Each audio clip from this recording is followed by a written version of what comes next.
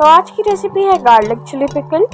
इसे बनाने के लिए हम लोग एक पैन में सरसों, मेथी, सौंफ, जीरा, साबुत धनिया को अच्छे से भूनेंगे। मिक्सी में एक दरदरा सा पाउडर बना लेंगे।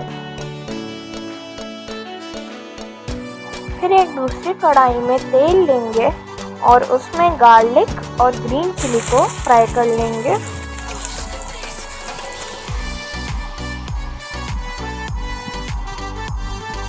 फिर उसमें नमक, हल्दी, लाल मिर्च और हमारा वो मसालों का पाउडर डालेंगे और फिर से इसको मिक्स कर लेंगे।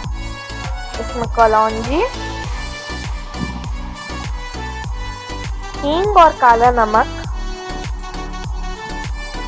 फिर 1 कप सिरका डालकर मिक्स कर लेंगे।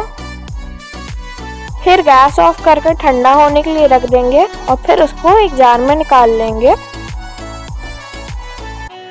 और हमारा ये लहसुन मिर्च का अचार तैयार है।